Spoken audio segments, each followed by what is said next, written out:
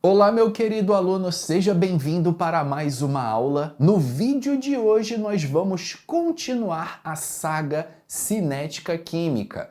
Na aula passada, nós falamos sobre velocidade de reação, como calcular a velocidade de uma reação e vimos as condições para a ocorrência de uma reação. A aula de hoje, o assunto, galera, tem muita, mas muita aplicabilidade. Hoje nós vamos falar sobre os fatores que afetam a velocidade das reações. E, logicamente, que quando eu falo de um assunto que tem muita aplicabilidade, isso é um prato cheio para as provas atuais. Portanto, é extremamente importante que você fique ligadaço nessa aula, do começo ao fim, principalmente nessa parte de exemplos e aplicações cotidianas que eu vou passar para vocês desse conteúdo, beleza? Bom, para a gente começar, quais são os fatores que afetam a velocidade de uma reação? Como eu posso deixar uma reação mais rápida ou mais lenta? O primeiro fator muito famoso é a superfície de contato entre os reagentes, ou também chamada área de contato entre os reagentes.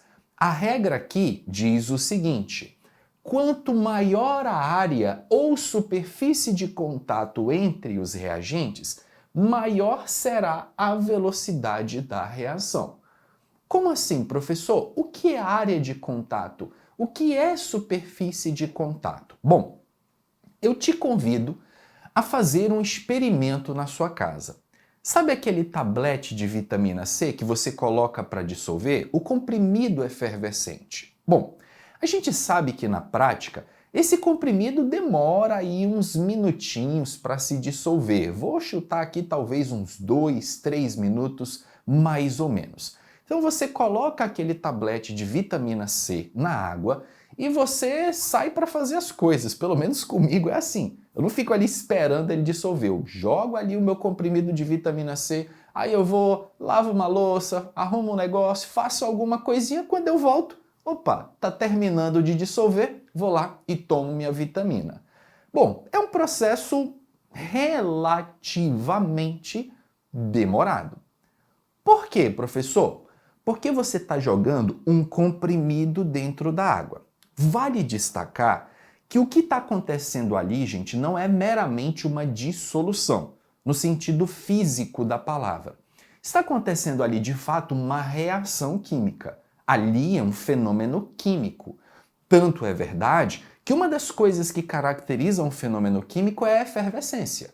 Então você nota de imediato que ao adicionar o comprimido ocorre a formação de gás, porque está ocorrendo uma reação química e essa reação química está produzindo um gás. Então, aquilo ali é um fenômeno químico, combinado? Bom, a reação química, vocês devem concordar comigo que ela vai ocorrer entre o comprimido e a água, mas especificamente só na parte externa do comprimido.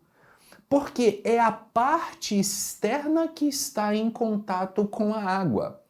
Quando você joga um comprimido na água, a água vai reagir com esse comprimido de fora para dentro, porque a água só pode reagir com quem ela tem contato. Lembra que nós falamos na aula anterior que a principal condição para uma reação química acontecer, de acordo com a teoria das colisões, é o contato entre os reagentes. Então, para acontecer essa reação, é necessário o contato da água com o comprimido.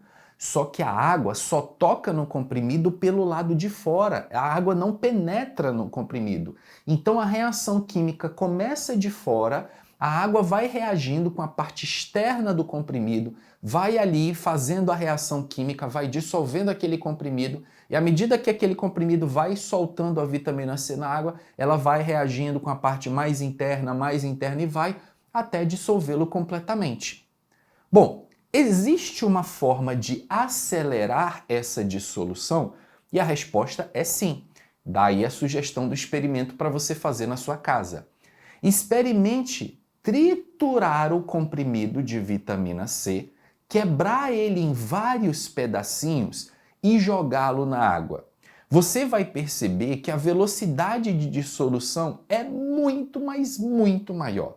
ele vai se dissolver rapidinho, galera. Acho que não vai dar 30 segundos. Enquanto o comprimido inteiro demora lá seus 2 minutos e pouco para se dissolver, mais ou menos, o comprimido quebrado em vários pedacinhos vai se dissolver mais rápido. E eu acho que vocês entendem a lógica disso. Quando eu quebro o comprimido em vários pedaços e jogo na água, eu aumento a área de contato do comprimido com a água. É como se mais área de contato do comprimido estivesse disponível para reagir com a água. A reação acaba se tornando mais rápido. Ei, professor, então você está querendo me dizer que se eu fizer uma reação química, que eu triturar uma substância, ela vai tender a ser mais rápida? Sim. Mas vale destacar, galera, que quando a gente fala em triturar, a gente está falando de sólidos. Você não tritura líquidos, muito menos tritura gases. Então vamos começar primeiro falando de reação que envolve sólido, beleza? Raciocina comigo. Numa reação química que tem sólido envolvido, se esse sólido estiver triturado, se esse sólido estiver pulverizado, olha as palavras que as questões usam, pulverizado significa na forma de pó. Se você estiver falando de uma reação, por exemplo, que envolva ferro, a questão pode usar a palavra limalha de ferro. Não esqueça que limalha significa pedaços pequenos de ferro, é basicamente o pó de ferro. Então, reagente triturado, reagente pulverizado, limalha de ferro, são palavras que denotam pedaços pequenos para um sólido. A reação vai se processar mais rapidamente. Quer ver um outro exemplo? Esse provavelmente você nem precisa fazer o experimento porque você já fez várias vezes, que é o churrascão do final de semana. Você chama ali a família, vai reunir a galera, vai fazer aquele churrasco top das galáxias. Aí o que acontece? Você bota lá as pedras de carvão grandona, né? Você comprou o carvão, abre, aí, pô, você viu ali que aquele carvão não é de tão boa qualidade, porque os pedaços de carvão são muito grandes. Se você coloca aquele pedaço de carvão para queimar, a gente vai demorar pra caramba pro fogo pegar. Vai demorar demais, você vai ter que abanar, vai ter que fazer um monte de coisa lá, vai ter que fazer uma mandinga, várias coisas para poder o fogo pegar. Porque a tora de carvão muito grande, ela tem uma área de contato com o ar pequena. Lembre-se que para uma combustão acontecer, é necessário contato com ar. Quanto maior a área de contato de um sólido com ar, mais rápido ele queima. Então, se você está vendo que o fogo está demorando para pegar e seus familiares já estão lhe aperreando a paciência, pelo amor de Deus, estamos com fome, cadê esse churrasco? Faz o seguinte, quebra o carvão em vários pedaços. Pega aquela tora, dá umas batidinhas nela, quebra ela em pedaços menores. Você vai perceber que o fogo vai pegar mais rápido, porque quando você pega um reagente sólido e quebra ele em vários pedaços, a reação de combustão do carvão vai se processar mais rapidamente. Quer ver um outro exemplo muito legal? Essa parte da aula, gente, vejam, isso não é passatempo, isso não é bate-papo, isso é conteúdo. Cada exemplo desse que eu estou passando para vocês são exemplos que eu já vi em questão. Então, por isso que é importante você estar ligado e tomando nota dessas coisas, tá? Um outro exemplo bem interessante. Você é daquelas pessoas que tem uma séria dificuldade de se manter acordado depois do almoço? Tipo assim, é um desafio quase que sobrenatural você ficar de pé depois do almoço, de tanto sono que você tem? Acontece isso com você? Faz assim com a cabeça, que eu sei que acontece. Acontece, né? Pois é, somos humanos. O que acontece, gente, é que muitas pessoas têm muita dificuldade de se manter acordado depois do almoço, tá? Bom, desconsiderando qualquer distúrbio fisiológico que você possa ter, eu vou te dar uma dica que pode te ajudar nesse sentido. E a dica é muito simples. Mastigue bem os alimentos durante o seu almoço. Porque quando você mastiga os alimentos são sólidos, você aumenta a área de contato deles com as enzimas digestivas. Isso vai fazer com que a digestão seja mais rápida e isso vai te dar menos sono. Lembra que durante o processo de digestão, uma parte considerável do sangue se concentra aqui na região abdominal para atuar na digestão. E aí, com pouco menos de sangue no cérebro, você fica meio lelé da cuca. você fica ali meio cansadão, meio sonolento. Então, para fazer com que esse processo seja mais rápido, mastigue bem. Agora, quando a gente fala em mastigar, galera, é tipo assim, ah, prof, tá bom, então eu dava 2 mastigadas e engolia, agora eu vou dar 3. Não, pô. O certo, de acordo com a recomendação médica, é você mastigar o alimento até ele virar uma pasta, uma papa, sabe? Não tem mais nada ali que você, nossa, professor, já teria engolido isso há meia hora. Continua mastigando. Quando tiver mais nada para você triturar, você bota para dentro. Esse é o certo. Você vai perceber que a tua digestão vai ficar melhor, até a tua absorção de nutrientes vai melhorar também, enfim, tudo melhora porque a digestão começa na boca. Então você está fazendo certinho a primeira etapa. Isso aqui tem a ver com superfície de contato. Agora, um detalhe importante. Todos os exemplos que eu falei para vocês até agora, de reações que envolvem essa superfície de contato, a gente está falando de sólidos, certo? Professor, e se for uma reação com líquido, a gente não consegue triturar líquido? É verdade, a gente não consegue triturar líquido, mas a gente consegue pulverizar um líquido. É o que acontece, por exemplo, gente, no motor dos automóveis. No motor dos carros existe uma pecinha que vai lá no motor, chama-se bico injetor. O que o bico injetor faz é jogar dentro da câmara de combustão a gasolina. Todo mundo sabe que a gasolina e os demais combustíveis são líquidos. O que vai acontecer é que essa gasolina jogada, ela é jogada na forma de um jato, galera, um jato bastante pulverizado. Esse jato pulverizado aumenta a área de contato com o ar para fazer a misturar combustível e vai queimar aquele combustível de uma forma muito mais eficiente do que simplesmente se você tacasse fogo no líquido gasolina. Então a gasolina dentro do motor ela é pulverizada, é como se você triturasse a gasolina líquida, isso tecnicamente não é correto, mas vocês estão entendendo o que eu quero dizer. É como se você triturasse a gasolina líquida para melhorar a combustão dela, para fazer com que a combustão seja mais rápida e mais eficiente também. Com isso, o carro consuma menos combustível. Agora, pensa comigo o seguinte, numa reação que envolve então líquido, se eu jogar esse líquido na forma de um jato, de uma névoa, de um spray, a reação vai ser muito mais rápida e também muito mais eficiente. Vamos agora pensar num gás. Um gás, gente, ele é como se fosse um sólido triturado a nível molecular. Pera, você não precisa voltar ao vídeo, eu vou repetir essa frase, mas presta atenção e grava bem comigo, ó. O gás é como se fosse um sólido triturado a nível molecular. Faz sentido essa frase que eu falei? O que é o gás, galera? O gás é onde as partículas, as moléculas estão afastadas umas das outras. Então é como se você tivesse pego um sólido e tivesse triturado ele ao extremo, a nível molecular. Cara, professor, então quando você fala isso, eu estou deduzindo que a reação em fase gasosa, ela deve ser muito mais rápida, não é verdade, professor? Exato. A reação em fase gasosa, ela tende a ser mais rápido por causa da superfície de contato. Então, quando, por exemplo, você queima um gás, né, você está misturando o gás ali com ar, aquela mistura, gente, ela é uma mistura plenamente homogênea. Pensa comigo que quando você mistura um gás com o oxigênio do ar para tacar fogo naquele gás, aquela mistura é 100% homogênea, porque toda mistura gasosa é uma mistura homogênea. E aí o resultado disso é que você consegue perceber que aquela combustão é muito mais eficiente. Então, não esqueça, a reação em fase gasosa é mais eficiente que uma reação em fase líquida, que é mais eficiente do que uma reação em fase sólida. E a fase sólida, ela vai ser tanto mais eficiente quanto mais triturado ou pulverizado estiverem esses reagentes. Combinado?